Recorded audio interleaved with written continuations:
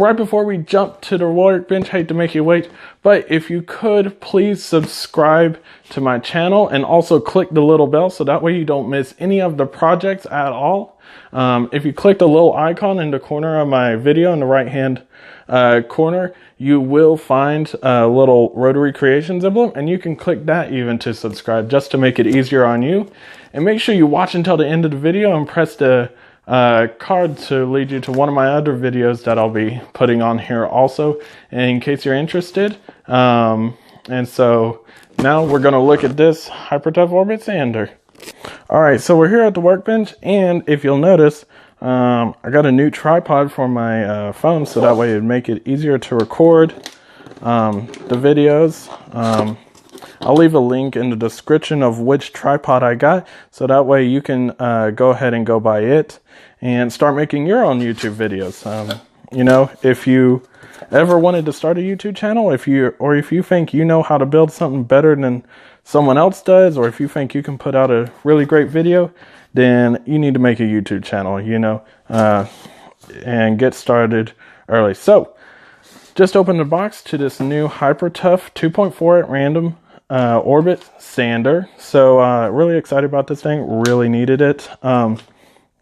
And one thing that I noticed about this, now I haven't tested them both out, so I don't know for sure, but this is a 2.4 amp sander. I was at Walmart and I was looking, and the Black & Decker one, which is whole $12 more, it's $30.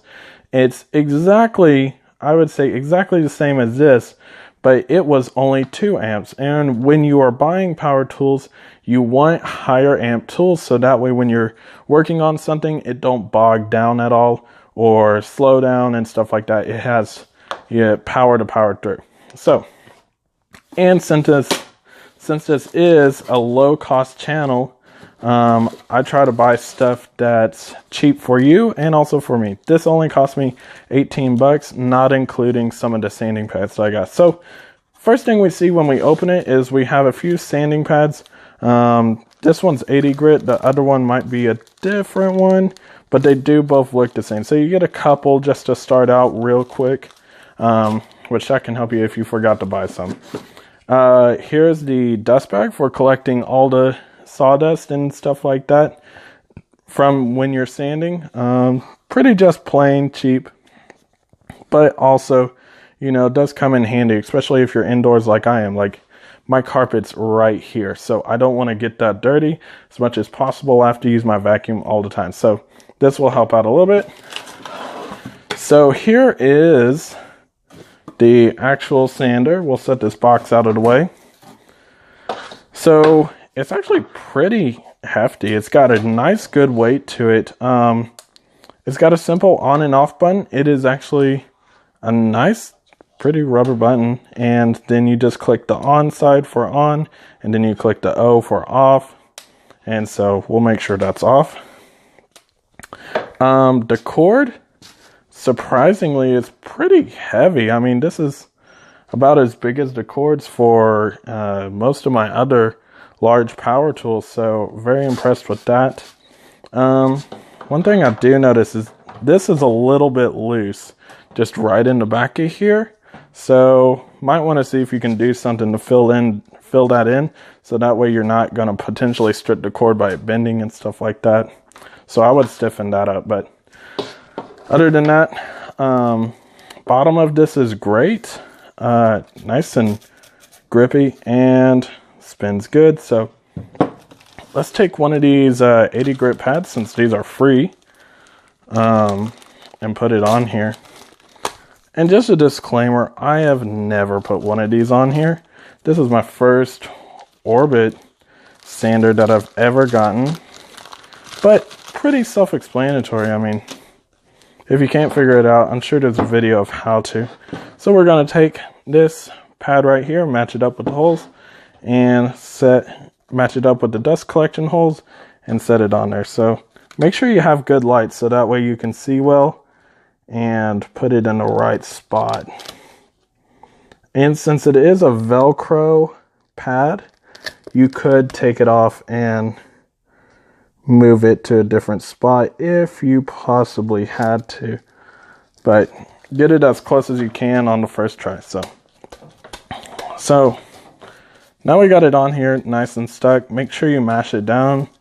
We don't want this thing to have any slack in it or anything. We're going to slide on this dust collection boot, which looks like it slides on. So you set it on the top and then slide it down. And you'll have to click it into there pretty tight so it don't set completely down. That could just be a little defect in mine, but it does look like it's in place. So let me take it off real quick and see what's going on here. Looks like I just didn't get it hard enough. So pretty much this little dust collector's meant to stay on there, kind of. So, or well, I think it's in place there. So here it is. Let's read in here how fast this thing spins. Be sure you read your manuals. It can tell you some useful stuff that you need to know. Let's see here. We'll just go through here real quick. Tells you service, personal safety. So, no load speed. It has 12,500 orbits per minute, which I think that's orbits. I don't know. But it's pretty much kind of like RPMs. Think of it like that. So, looks pretty good. Okay, so I got a piece of wood over here from a project that I actually messed up. Let me grab that real quick for you. And we're going to fire this thing up and try it out. So, this was actually a fishing rod rack that went down the drain.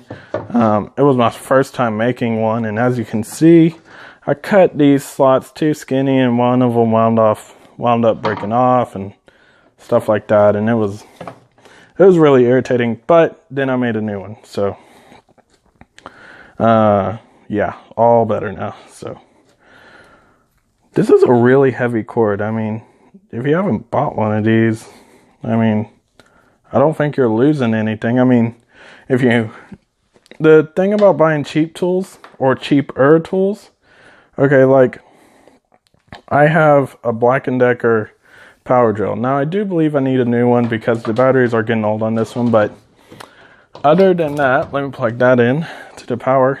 Other than that, if you had to replace your orbit sander, would you rather pay $18 or would you rather pay 30, 50, even 80, up to 100? You know, some people buy some wild stuff. So, yeah, I don't know. But let's turn this on and see. Okay, so this thing is all really, really fast. So, give me 1 second about that.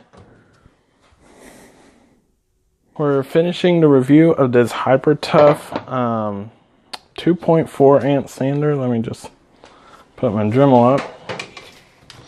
I had to do this in 2 days, if you'll notice the change of light, because my dad had to get up early for work and such. So now it's the next day and everyone's awake. So as you can see, I got this wood, like I said, that was messed up, and we're going to see actually what this thing can do on, you know, just this plain weathered wood. If you have any kind of farm like I do, you know, you just leave your wood outside because it don't matter too much, because you can just sand it down and fix it later. So we're going to turn this on and sand just this flat part of it, see how it all goes. Actually, what I think I'll do is put it in my vise, so that way don't have to worry about the vibrations and holding on to it.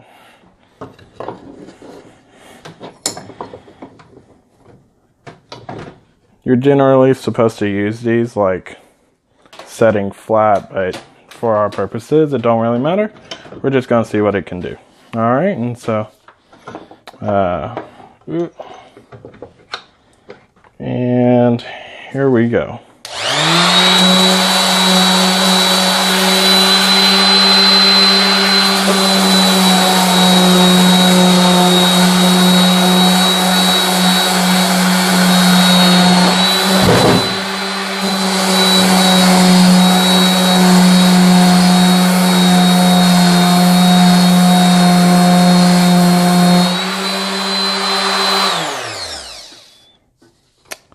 Okay, so I'll be sure to turn down the volume at that point. Okay, so let's see what it did here. So this was a 80 grit sanding disc, and as you can see, it wore down on it really well. And if you'll feel on one side of the wood versus the other, it's definitely a difference. And from what I can see is there's like no sawdust here. I can feel a little bit on the table, but that could be from my other projects that I've been doing. So it's not that big of a deal. I'd say this is really worth buying because I needed one. And also I noticed one thing is it didn't bog down at all. Let's check this dust collector real quick. We'll just slide it off. So we didn't take up too much dust. As you can see, like what you're going to be sanding, you're not going to have to worry about changing this very, very often. It's going to be very minimal. So I guess that's good to know. In my honest opinion, this is probably one of the best buys that I've gotten on a tool. And also it's really sturdy, really tough, and it just works great. So, yeah, I'd say that is definitely worth $18, at least where I'm at. So I hope this helps you out, and I hope you go and buy one yourself because it's really worth it when you think about it. Hey there, I hope you liked the video. As you can see, I'm very sweaty. It's very warm here, and I've been doing a lot of work to make more projects for you.